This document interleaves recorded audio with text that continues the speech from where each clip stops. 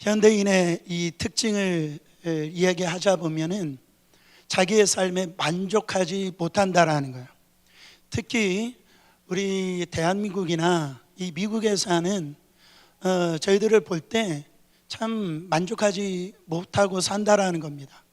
2025년도 전 세계 이 행복 지수를 제가 어제 찾아보니까요, 이 한국이 이 삶의 만족도를 10으로 이렇게 계산을 한다고 한다면 6.38점으로 58위가 되어지고, OECD 이 국가 38개국인데 35위가 바로 우리 조국, 우리 대한민국이 이 행복 지수를 느끼고 있다라는, 그 미국은 한 25위 정도 되더라고요.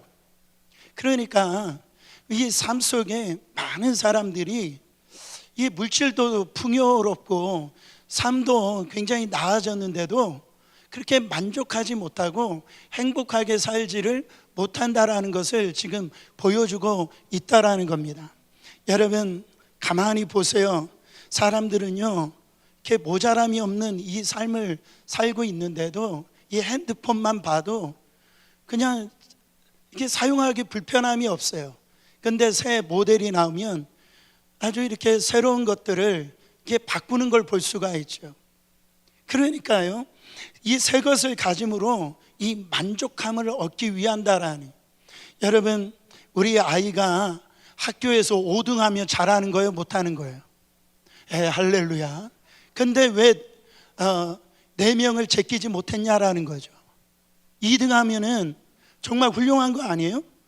이게 가문의 자랑 아닙니까? 근데 왜 그 한 명을 갖다가 제끼지 못했냐라는 거죠. 여러분 어떤 분들은 저 남편 아내는 참 영화 배우처럼 생겼다, 그래가지고 막 부러워하고 그러는데요, 제가 아는 어떤 분은 자기 남편이 진짜 영화 배우처럼 생겨가지고 불안하대요. 여러분 그런 불안함 없이 살 수 있는 얼굴 가진 게 얼마나 감사해요? 너무 감사하다라는 거죠. 여러분 우리 인간의 행복은 결코 삶의 외적으로 이렇게 의해서 결정되는 것이 아니다라는 거죠. 만약에 우리의 어떤 이 외적인 모습으로 삶이 이 행복하다라고 한다면 감옥에서 자살하는 비율보다도 별장에서 자살하는 비율이 더 높다라는 거죠. 여러분 보세요. 이 어떤 우울증이나 어떤 이 이혼율이나 어떤 공황장애나 이거는 잘 사는 나라보다도 잘 살지 못하는 나라의 비율이 더 높다라는 거예요. 그런 것을 볼 때 이런 현실을 어떻게 설명할 수가 있냐라는 거죠. 사랑하는 성도 여러분, 여러분 삶에 현재 만족하십니까? 정말 행복하시냐라는 거예요. 여전히 더 새로운 거, 더 이 좋은 것을 찾고 계시지 않냐라는 거죠. 그런 것을 계속 여러분들이 찾기를 원하고 그것을 갖다가 지금 찾는다 할지라도 결국은 좌절할 거라는 겁니다. 왜 그래요? 그것으로 만족할 수가 없다라는 거예요. 어떤 것도 우리의 욕망을 채워줄 수 있는 것이 없다라는 거예요.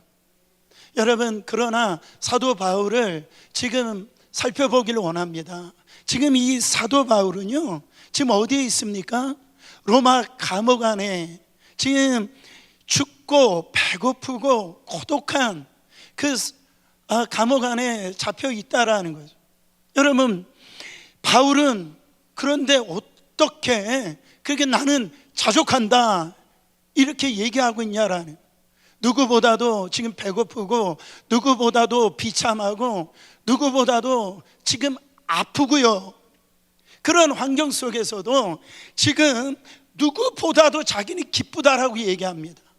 사도 바울은 이 빌립보 서신서가 기쁨의 서신서라고 그러잖아요. 나는 기쁘다라는 거예요. 다시 말하는데 너희들이 안 믿으니까 제3, 제4 얘기를 하는데 나는 기쁘다라는 거예요.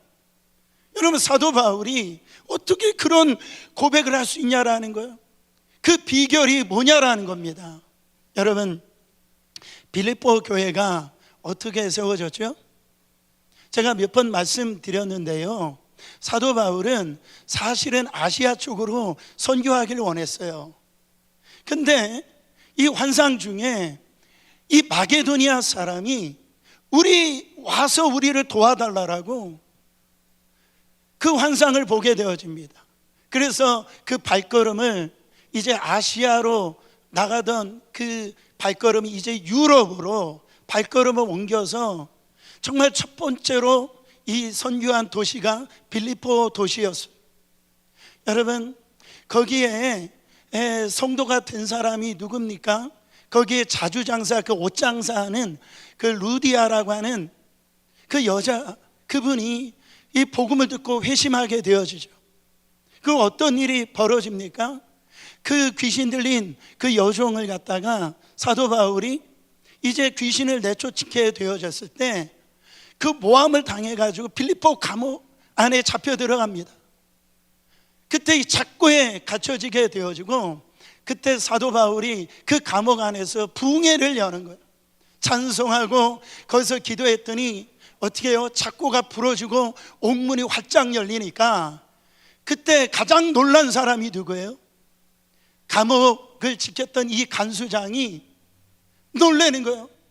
그때 감옥 안에서 있었던 이 사도 바울의 모습도 달랐는데요, 이 사도 바울이 도망갈 줄 알았는데 도망가지 아니하고 그 자리에 있는 거예요.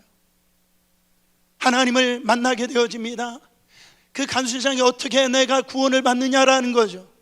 그때 사도 바울이 주 예수 그리스도를 믿어라, 그리하면 너와 네 집이 구원을 받으리라.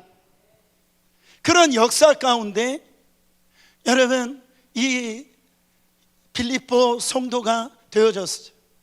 이 한간에는 이 빌립보 서신서를, 이 바울의 서신서를 가지고 갔었던 이 에바브로디도가 이 간수장이 아니었을까, 그렇게 얘기하는 학자들도 있는데요, 그렇게 이렇게 세워졌는데 자기 담임 목사님이 지금 이 로마 감옥에 잡혀 있다라는 소식을 듣고 이 빌립보 성도들이 애정이 생긴 거죠. 정말 사랑을 표현하고 싶었는데 기회가 없어서 이 표현할 길이 없는 거예요. 그때 에바브로디도가 이제 사도 바울을 이 면회 간다라는 소식을 듣고, 아, 이제 됐구나. 그래가지고 그들은 그 사도 바울에게 그 사랑의 표현을 하길 원했어요. 그래서 이 교회에서 물질을 그 사도 바울에게 이게 보내게 되어지고, 감옥 안에 추우니까 옷가지를 보내주고요, 여러 가지 모습으로 정말 사도 바울에게 그들의 사랑을 보내주게 되어지는 것이죠. 여러분, 사실 빌립보 성도들은요, 개척교회예요. 물질이 풍부한 자들이 아니었어요. 근데 그들이 고린도후서 8장 2절 3절에 보면은 그 환난과 많은 시련 가운데, 극한 가난 가운데 있었는데 성경은 뭐라고 얘기하냐면 그들은 넘치는 기쁨 가운데서도 풍성한 연보를 드렸다라고 그래요. 심에 지나도록 그렇게 그 연보를 했다라고 성경은 얘기합니다. 여러분, 그렇게 해가지고 에바브로디도의 손에서 그것을 받았을 때 사도 바울은 얼마나 기뻤을까요? 얼마나 좋았을까? 아마 눈물이 앞을 가려서 정말 감격했을 거라는. 근데 성경은요, 여러분, 사도 바울이 그것 때문에 기뻤대요? 그것으로 인해서 지금 자기가 행복하다라고 얘기합니까? 아니다라는 거예요.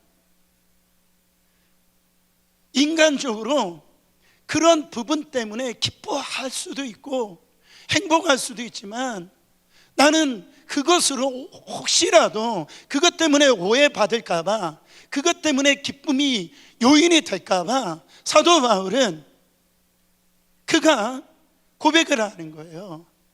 나는 일체의 비결을 배웠다라는 거예요.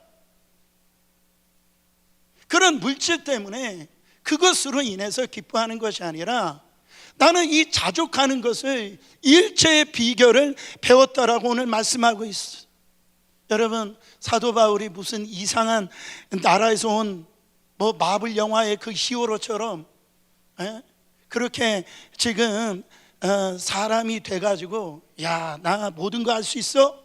걱정하지 마. 그런 환경 속에서 난 감사하고 나는 기뻐한다.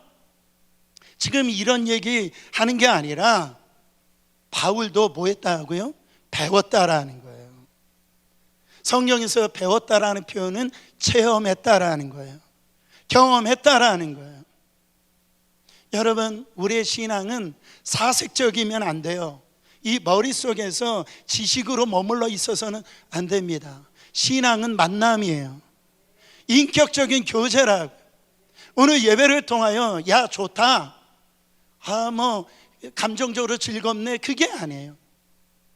그 예배는 만남이에요. 그리스도를 만지는 거예요. 그리스도를 느끼는 거예요.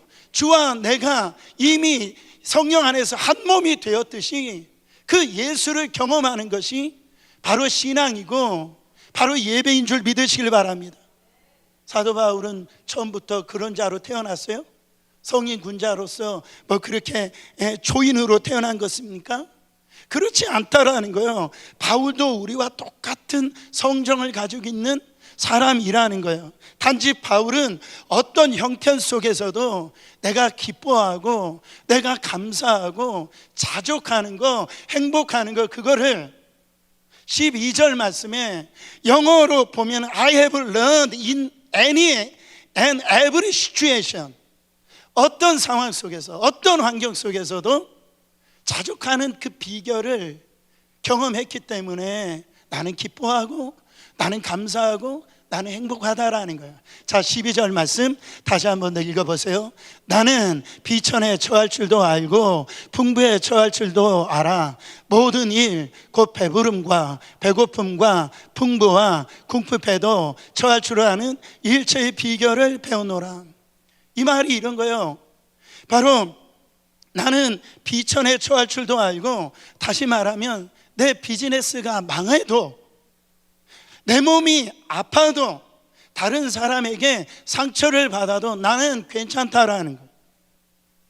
나는 풍부에 처할 줄도 알고 바로 배부름 그리고 배고픔, 풍부, 이런 궁핍에도 그런 처할 줄을 아는 그런 모든 일체의 비결을 배웠다라는 거예요. 그 환경 속에서 그 비결을 배웠다라는. 여러분, 사실 오늘 우리는 이거를 꼭 배워야 될 줄 믿습니다. 여러분, 우리가 왜 자녀들을 그 비싼 돈 주고 학원을 보내고 학교에 보내는 이유가 뭐예요? 뭐 하라고? 배우라고.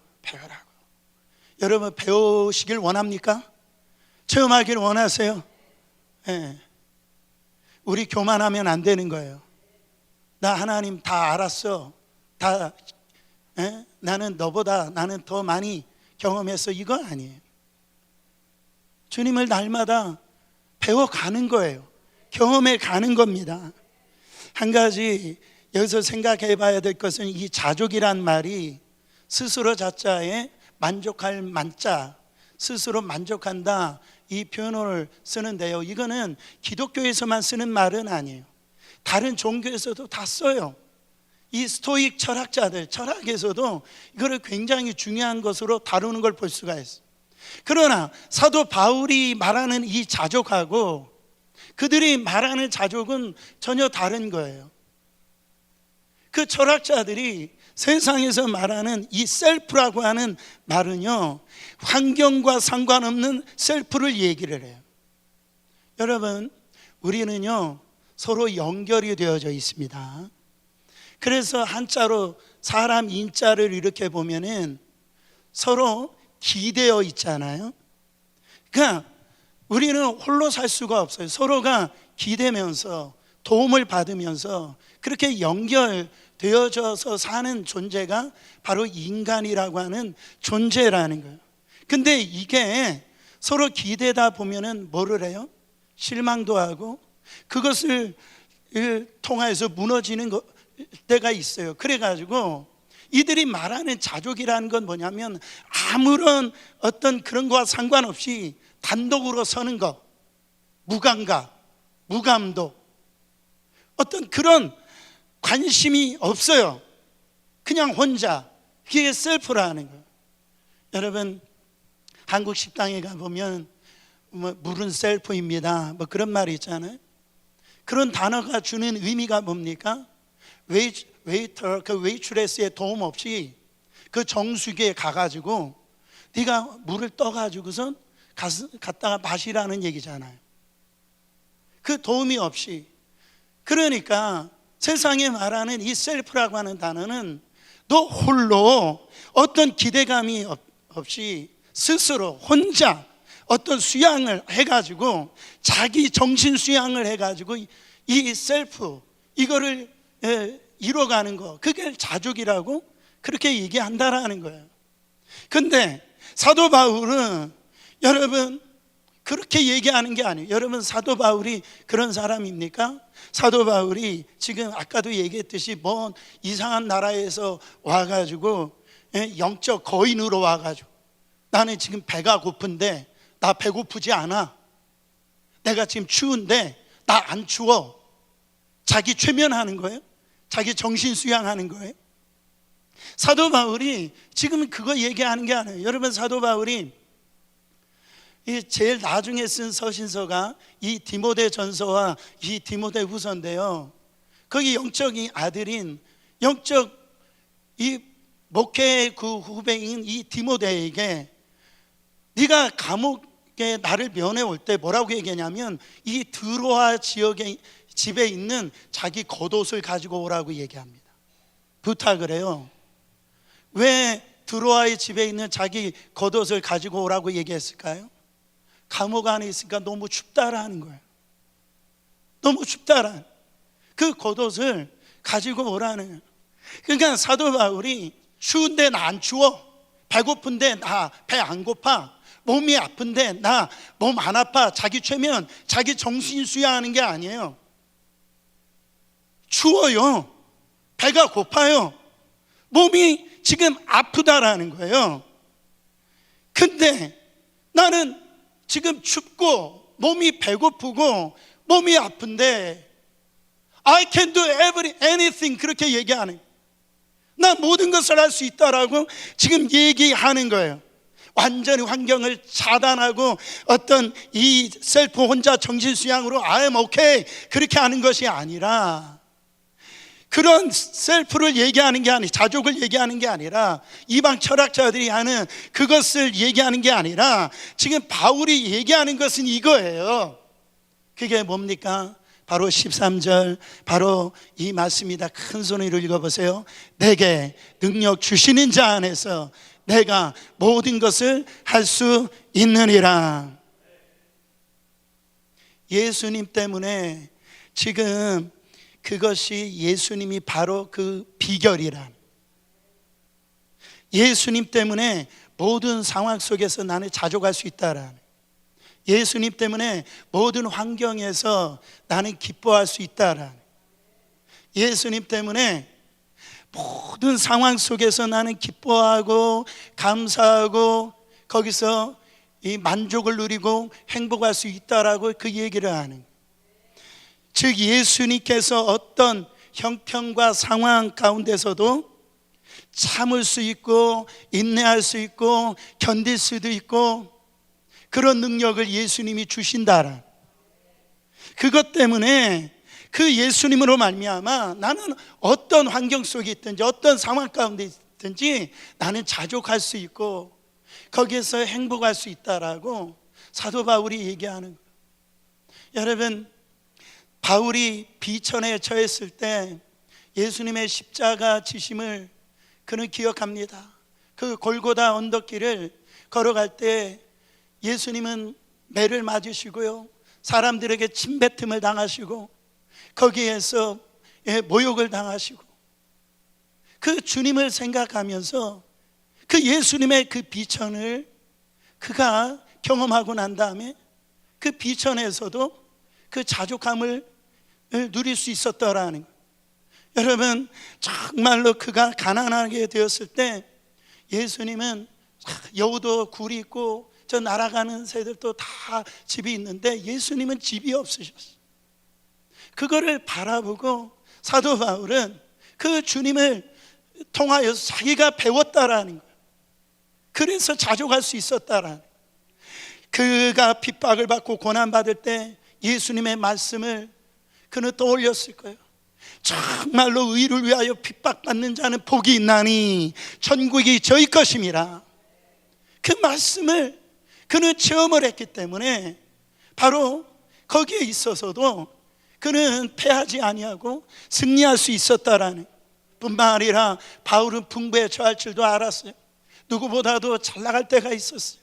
그러나 자기 자신이 이로 인해서 안일해질까 봐 그것을 다 나누어 줍니다.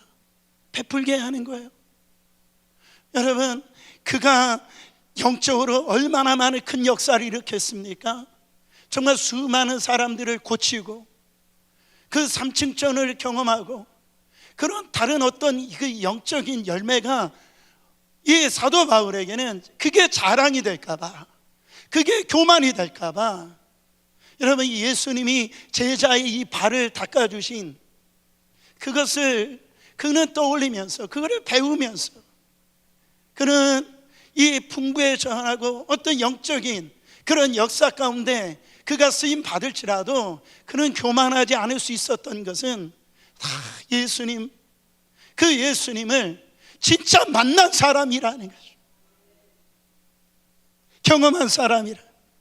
여러분, 우리는 이런 바울을 통해서 이 믿음이라는 것은 바로 주님을 배우는 것이구나, 주님을 만나는 것이구나, 주님을 경험하는 것이구나. 여러분, 우리의 인생은 롤러코스터와 그 타 있는 그런 사람과 똑같지 않아요? 롤러코스터, 여러분 사진을 이렇게 보여주면 업 앤 다운 그런 환경 속에 있잖아요. 저는 이 롤러코스터 굉장히 무서워합니다. 제가 수술을 받고선 어지러워서 못 타요. 근데 지금 롤러코스터 이 탄 사람들 보세요. 다 할렐루야예요. 할렐루야잖아요 지금. 할렐루야.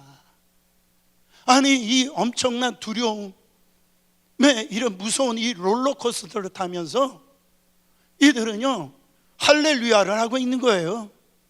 여러분, 왜 이들이 할렐루야를 할까요? 여러분, 아이들 보고 이렇게 그 회전 목마 탈래, 이 롤러코스터, 식스플레이 가서 롤러코스터 탈래, 그러면 뭘 탈까요? 롤러코스터 이거를 타는 거예요. 왜 이걸 탑니까?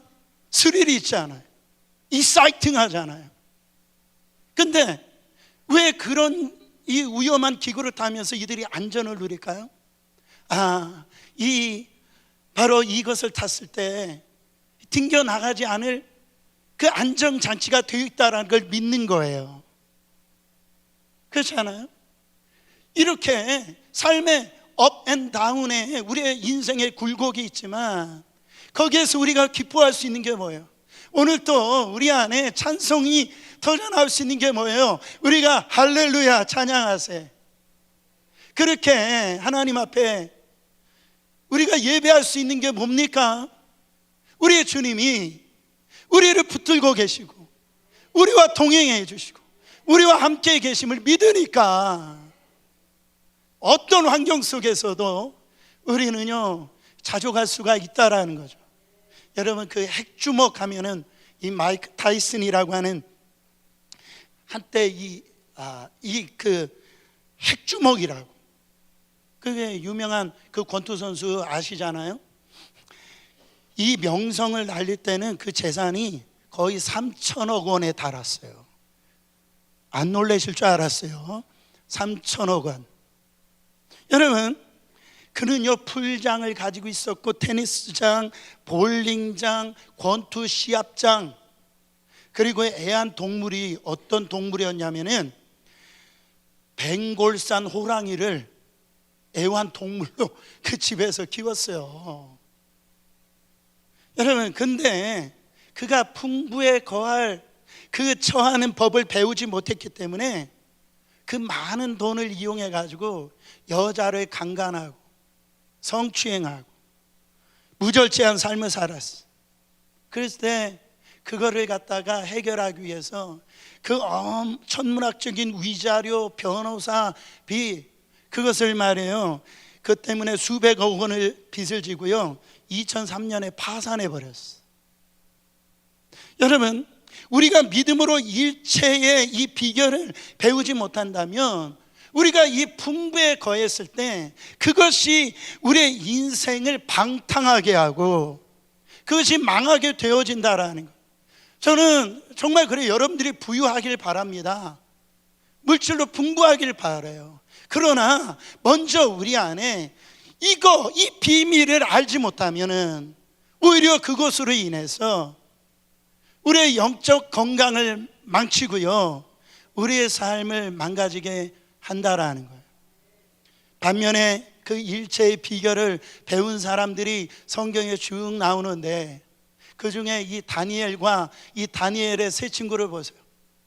그들은요 포로이지만은 그는 궁궐에 살았어. 왕의 신임을 받았던 자들아.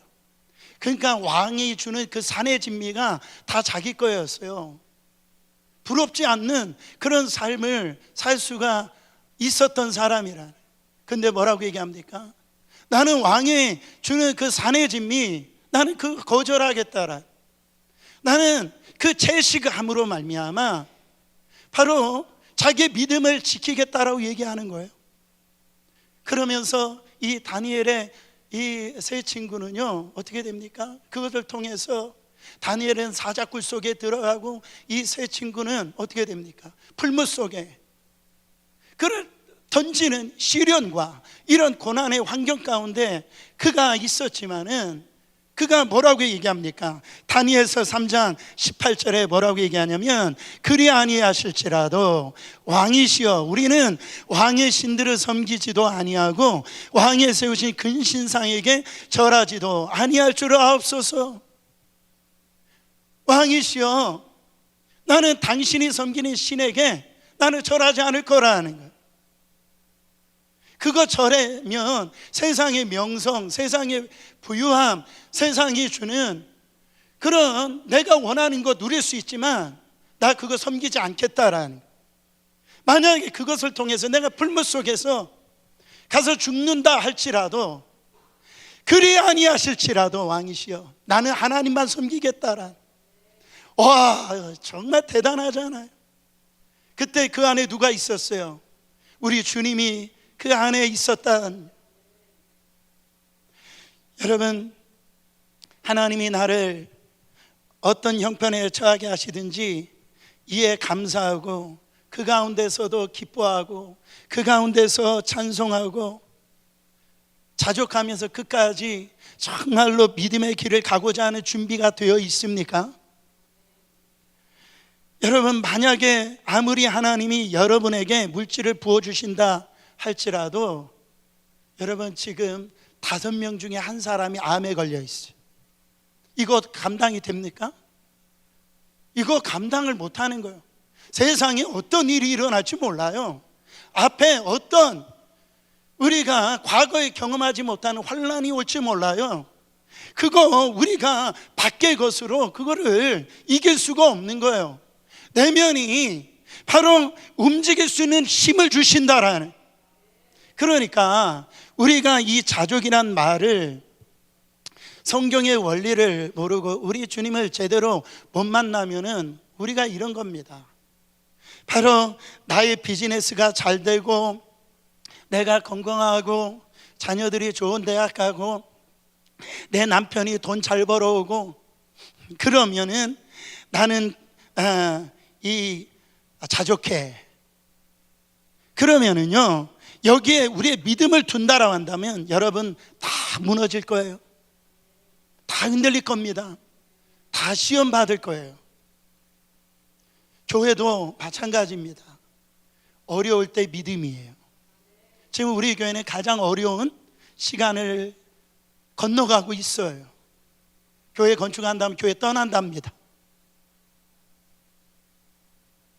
고난과 이 어려운 순간에 제가 정말 감사한 것은 뭐냐면, 와, 여러분의 믿음을 목사인 저로서 그냥 얘기하는 게 아니라 우리 주님이 기뻐하시겠구나.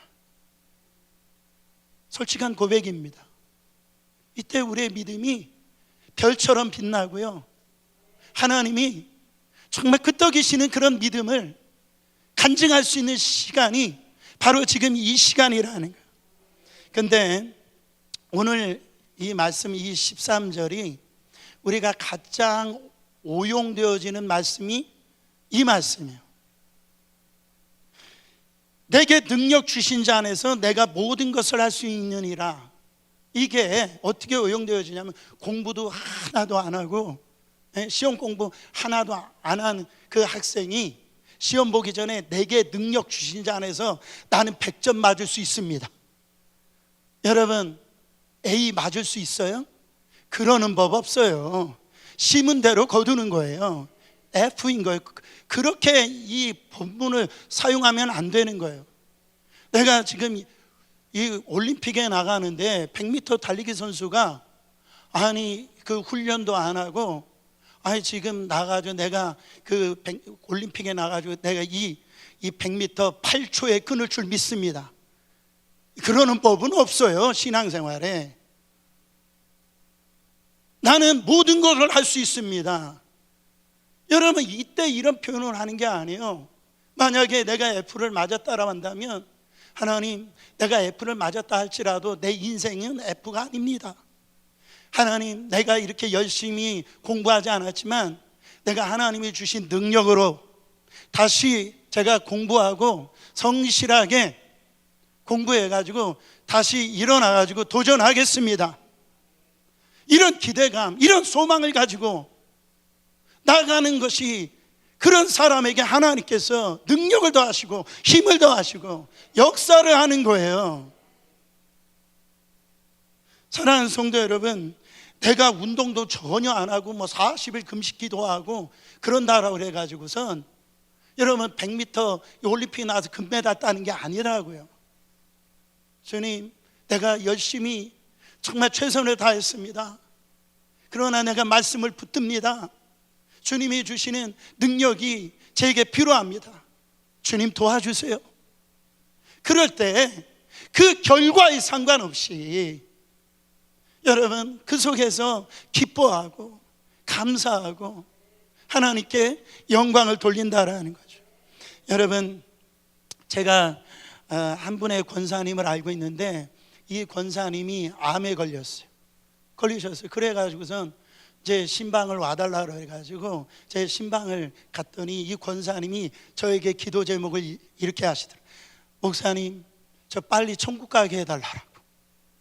아니, 그 얘기를 옆에서 그 장로님이 들으시고선, 아니 목사님에게 무슨 그런 기도 제목을 얘기하냐고, 그런 소리 하지 말라라고. 그랬더니 권사님이 그런 소리 하지 말라고, 나 진짜 빨리 주님 만나고 싶다라고. 여러분, 이 고백이 깨달아지시길 원합니다.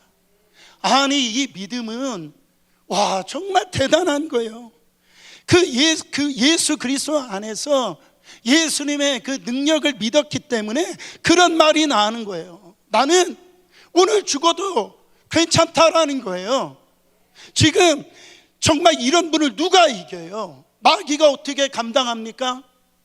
그런 상황과 상관없이 지금요, 그런 입장에 지금 이 암에 걸렸을 때 얼마나 힘들겠어요. 그렇잖아요. 몸은 암으로 아파서 힘든데 그를 통해서 이 믿음이 그거를 압도해 버리잖아요. 사도 바울이 지금 그 얘기를 하는 거예요. 사도 바울이 지금 그거를 깨닫고요, 지금 너무너무 좋아서 행복하다라는 거예요. 근데 사도 바울이 이 얘기를 하면서 나만 특별해서, 나만 뭔가 대단해서 이런 고백하는 게 아니다라는, 나도 그걸 배웠다라는 거예요. 예수 그리스도 안에서 나도 그런 사람이 아니었는데, 나도 주님 만나고 주님을 경험하고 체험했더니 나는 그 예수 그리스도 안에서 그 능력으로 말미암아 내가 그런 사람 되었다란. 저는 여러분들이 예수님 닮기를 원합니다. 예수 그리스도의 능력이 여러분 안에 머물기를 축원합니다. 여러분, 히브리서 11장 38절에 보면 이런 능력의 사람들, 그 히브리서 이 믿음의 거장들이 나오잖아요. 근데 이들은요 다 평안한 가운데 있었던 사람들이 아니에요. 뭐 어려움, 눈물 없었던 사람이 아니에요. 사망의 음침한 골짜기를 정말 통과하던 사람이에요. 그 믿음 지키려고. 그랬더니 38절에 뭐라고 얘기합니까? 세상이 감당치 못할 사람들. 세상이 그런 사람들 어떻게 감당하냐? 그렇지 않아요? 거기에서 기뻐하고, 거기에서 감사하고, 거기에서 자족하고 행복을 누려버리는데, 누구 때문에? 예수님 때문에. 어떻게 세상이 감당을 하냐고요. 제가 말씀 준비하면서 옛날 간증 동영상을 하나 보게 되어졌는데, 한 간호원의 이 간증 동영상입니다. 소록도 얘기예요. 소록도 하면은 나병 환자들이 사는 그런 섬이잖아요. 근데 이 간호원의 이 첫 번째 이 말이 뭐냐면, 하나님은 공평하시다. 참 이상하잖아요. 여러분, 나병 환자 하면 얼마나 멸시를 많이 받았겠어요. 그 당시에 이런 어떤 의료적인 지식이 없어가지고 정말 그들이 그 공동체에서 이렇게 외면당하고요. 그래서 이 섬에서 그렇게 사니까 이들이 얼마나 그 상처가 많았겠어요. 근데 그 나병 환자들이 주님을 만나고 거기에도 찬양팀을 조직을 했다라는, 찬양팀. 근데 이들이요 찬양을 하는데 하나님은 공평하시다. 이거 신기하잖아요. 아니, 지금 나병이 걸려 있어가지고 통증을 못 느끼고 사람들은 이 괴물처럼 자기를 바라보고 있는데 찬양을 하는데요, 하나님은 공평하시다. 원래 물질적으로 부족함이 없는 그런 사람들이 이런 고백을 해야 될 텐데 이들이 하나님을 공평하시다 얘기를 하는 거예요. 그러니까 이 간호원이 그 얘기를 하는 거예요. 이들의 이 찬양은 진짜라니. 여러분, 이들이 부르는 찬양과 얼굴은요 정말로 세상에서 볼 수 없는 찬양과 그 모습이라니 감동이 오는 거예요.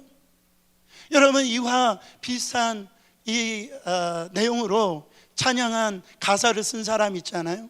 그 뇌성마비 송명희 시인입니다. 아까 우리가 나 목사님이 이 나라고 하는 이 찬양을 불렀는데, 여러분 저도 그분을 만나봤지만은 한마디 하려고 그러면 온몸을 비틀어가지고 그 한마디를 하는 그 가사를 찬양하는데 뭐라고 얘기하냐면은 감사를 합니다. 찬양을 하는데 뭐라고 얘기합니까? 이들 안에 다른 사람이 못 본 것을 봤다란, 다른 사람이 경험하지 못한 것을 경험했다란, 다른 사람이 듣지 못한 것을 들었다란. 여러분, 이 환경 속에서 어떤 사람들은 무너지는데 거기서 배우는 거예요. 거기서 경험하는 거예요. 하나님이 채워주시는 그 특별한 은혜가 있는 거예요. 다른 사람이 경험하지 못하는 하나님을 만나는 거예요. 나 가진 재물 없으나, 난 남이 가진 지식 없으나, 난 남이 가진 건강 없으나 나는 봤다라는 거예요. 나 들었다라는 거예요. 나 경험했다라는 거예요. 사랑하는 성도 여러분, 똑같은 이 고백을 지금 사도 바울이 고백하는 거예요. 여러분, 사도 바울이 그 안에 그는 몸이 아픈 자였어요. 가시가 있다라고 그랬어요.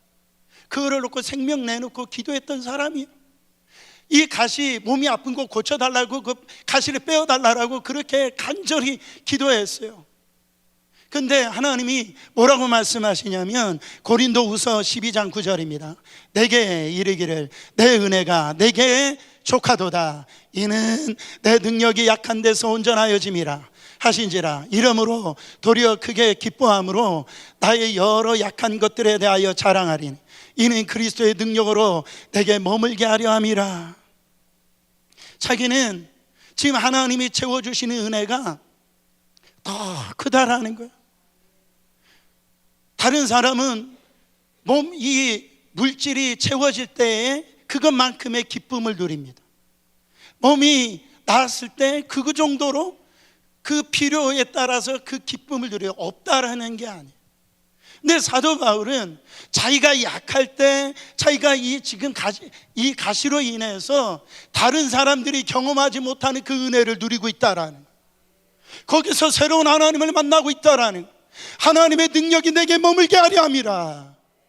여러분, 저는 신앙생활할 때 내가 잘났고 내가 부유하고 내가 풍부할 때 하나님의 은혜를 누리는 사람들 많이 못 봤어요.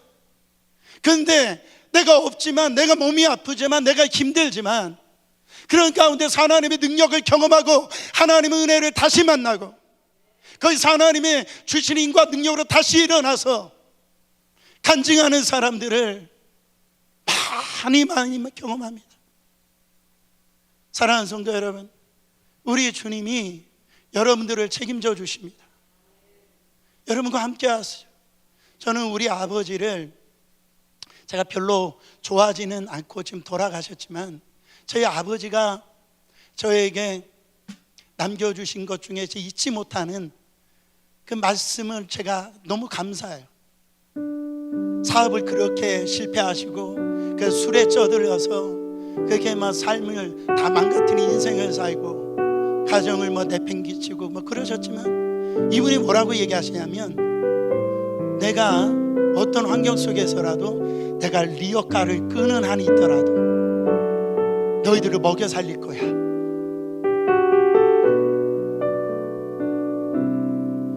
저는 이런 간증들을 많이 들어봤어요.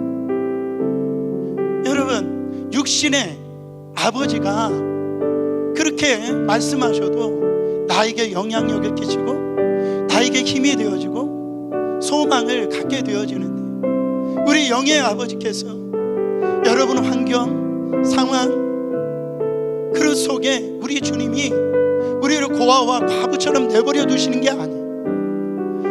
그 속에 우리가 어떤 모습으로 하나님 앞에 나가느냐는 우리의 믿음이 결정하는 거예요. 이 속에서 내가 지금까지 경험하지 못하는 것을 경험할 수 있어요. 하나님의 은혜를 누릴 수 있어요. 새로운 차원의 하나님 앞에 감사를 올려줄 수 있어요. 그게 자족이에요. 오늘 우리가 이 충만이라고 하는 찬양을 부를 텐데 여러분, 이것이 우리가 날마다 예수로 충만해지면은 세상 어떤 환경 속에서 우리는 찬양할 수가 있고 우리가 행복을 누릴 수가 있어요. 저와 여러분들이 그런 삶이 되시기를 축원합니다.